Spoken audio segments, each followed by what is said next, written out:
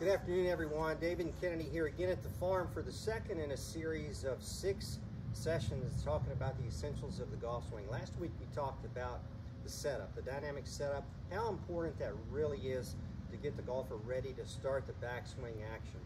And today we're going to talk about backswing. So we talked again last week about the importance of dynamically setting up, getting ready. So Kennedy, let's take a setup here. This, you like still the 8-iron here? Still got the 8-iron. Yeah. Okay, so just a general medium iron, but still the process is the same no matter if you've got a pitching wedge, driver. But we're going to use a medium iron here.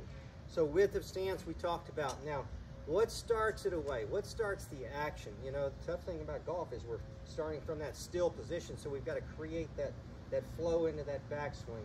Tell us a little bit from your perspective what you like to feel yourself, and also what you like to, how you like to coach your players to get started with the backswing. Yeah, the keys for my backswing are, the main thing is to feel connection. Yeah. Right. As soon as I lose connection, you kind of you lose all your athleticism, your balance, your rhythm, and there's just loss of power. All kinds of stuff can go wrong when you lose connection. So when I set up, I really like to feel like the club and arms are what kind of what start our takeaway. Is that the connection you were talking about? Yeah. Okay. You'll see a lot of common swing flaws are disconnects right from the get-go. You'll see sort of that rolls club to the inside, roll behind, or you see someone who does the opposite. Lips the arm out. just disconnected right from my torso.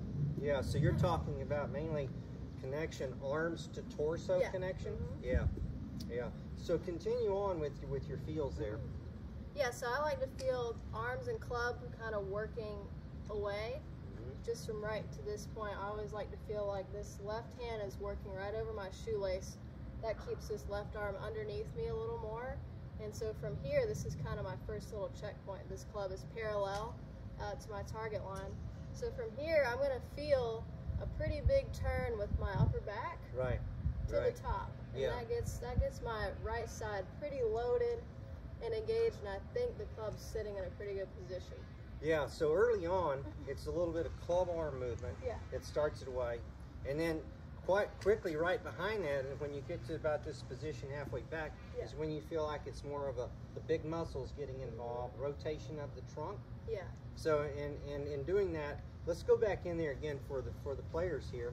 So from face on, let's go through this a little bit. So early on, feel arms, club go back, big muscles now, rotates, upper torso, really turns, big back muscles.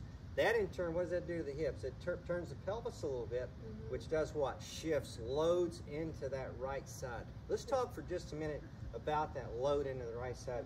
So when you do that correct, tell us a little bit about this bracing in of the right side, how you feel with your foot into the ground, how it feels into your right heel. Tell us a little bit about that. Yeah, that's a good question. Yeah, so when you do it correctly, you're going to feel almost like you're sitting into your right hip. Lee will get more in depth of how to get those feels if it's hard, because this is kind of a hard move to get. So, but I feel when I get it right that I'm sitting more into my right hip. Right. And so that gets me pressured up into my back heel. Right. And that comes through the rotation of the trunk and pelvis? Oh, yeah. Yeah, so really from a sequence standpoint, club arms and then turn of the torso, finally it loads into that right hip. Right, so that inner foot there, sort of where you see it feel together? Yeah, we always call it kind of a canister that's loading, so this part is loading on top of this part, and that's where you get that pretty powerful load of the backswing. A lot of pressure through the body here. Really coiled up sensation through the trunk and arms. There's that word connection that you like to sort of use. Yeah, you can tell the difference with somebody who just kind of lifts the club up there and there's no engagement of your segments at all. Yeah, a lot of times when I see that from an instruction standpoint, usually that person sort of is an over-the-topper. They sort of, because arms are disconnected in the backswing, they follow that with a move from the top where it's sort of cast out over the top. Yeah. You know, I see that quite a bit from my standpoint from instruction. Yourself also typically see that reaction occur? Yeah. So to boil it all down, backswing starts from that dynamic setup position, and the sequence of club arms going away first, and then you like to feel the turn of the upper torso, and in turn loads into that right hip through that rotation phase. that should set you up really for some great ideas and thoughts, you know, to build that solid backswing, because that's where all the action now, the catalyst for that downswing, that transition occurs with that properly loaded backswing. So thanks everyone, hope this helps. Have a good day. So we're back again today. We're going to build off of what Kenny and David were talking about earlier with the backswing, and mainly how I can help you understand how you load into this trail side. What should I be feeling? What are things that can help give me the sensation of loading into the hip? So something some of you guys might have, and maybe not everyone. Everyone's got like a speed stick. Everybody's got a light club that you can pull out.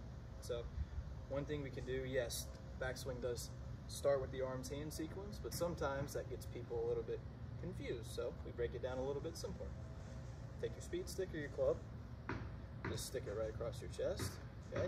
Now Kennedy made a great point, and David made a great point about our bigger muscles helping us turn. So we've got our obliques, our lats keep our shoulders stable. And so what I would like you to feel as you turn, as you make this nice big turn, you'll notice the shoulder blade stays nice and stable. Well, that's because this lat is squeezing, keeping me in place. Notice we got a decent amount of spine tilt. Well, the other shoulder's in place because the other lat is firing. Okay, so notice if this club starts moving out of position, it's usually because I've moved myself out of the position that I want to be in. I don't want you to, we don't want you to feel your traps or your shoulders trying to keep you stuck in place. So again, we're nice and stable. I've got my bigger muscles engaged. You'll probably see it through my shirt. Okay, I'm turning into it. I feel like my obliques are helping me turn. I feel like my opposing oblique has got kind of a nice stretch from one side to the other. This is holding me in place. Okay, so let's look at the hip. So how do we want to get this hip loaded in place? So something I do with a lot of people that I work with, I'll get you onto one leg because we're only looking at the backswing. We want this hip to get loaded up. So same thing. I'm going to have you hinge over a little bit more. You'll notice butt gets back past the heel a little bit. I'm just going to make the same move, turning into this trail side. And then what I like a lot of my people to feel, I don't want you to feel like this knee drifts out on you at all and puts any stress. I want you to feel like it stays a little more neutral, a little more like over the tongue of your shoe. We got a little bit of knee flex, a little bit of ankle flex. And as I turn, I have to press down with the quad or with my glute to keep me in place. So if we go front on, we'll notice how everything starts to match up a little bit. So I go in a little bit more hinge. I feel like this is active, this is active. I got some pressure in my toes, more so than my heels. And as I make this turn, you'll notice when I get to a maximal turn, everything is pretty much stacked in straight line. The club's right on top of my leg. This hasn't gone this way, and the club hasn't started working past my knee. You'll notice I have to stand up to do something like that, okay? And then all we do, if we want to add the arms back in, we just go back to a little bit of a split grip. We go into the split stance. We want this knee to stay a little more neutral. And then I don't want to feel this club break. I want it to stay right in line with my torso. Still got a good bit of pressure down. Now I can feel my core starting to work for me a little bit more. As this arm gets stretched, this lat's really got to work to not let the shoulder press off. It's just nice and stable. If you hold it there for a couple seconds, you'll start feeling like you got to work pretty hard to keep it in place. So it's just one or two little things that you can work on to get this hip loaded and your bigger muscles working for you as you turn into your backswing. I hope that helps.